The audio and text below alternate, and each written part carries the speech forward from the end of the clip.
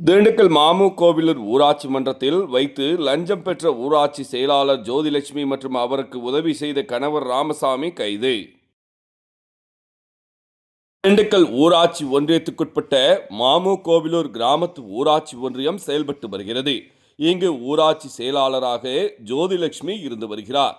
இந்நிலையில் வன்னியப்பாரப்பட்டியைச் சேர்ந்த கார்த்திக் என்பவர் தனது வீட்டு வரி ரசீதில் பெயரை மாற்றம் செய்வதற்காக வந்துள்ளார்.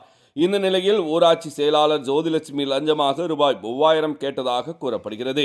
லஞ்சம் கொடுக்க மனம் இல்லாத கார்த்திக் இதுகுறித்து லஞ்ச ஒழிப்பு போலீசாருக்கு தகவல் கொடுத்துள்ளார்.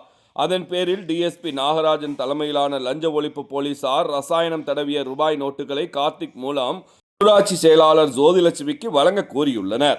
அதன்படி இன்று மதியம் ரசாயனம் கலந்த ரூபாயை கார்த்திக் ஊராட்சி செயலாளர் ஜோதிலட்சுமியிடம் வழங்க சென்றுள்ளார்.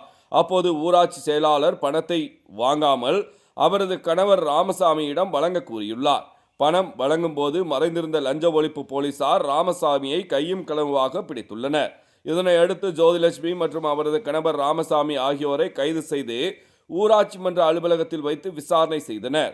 வியாழக்கிழமை மாலை 4 மணி அளவில் கிடைக்கப்பெற்ற தகவல்.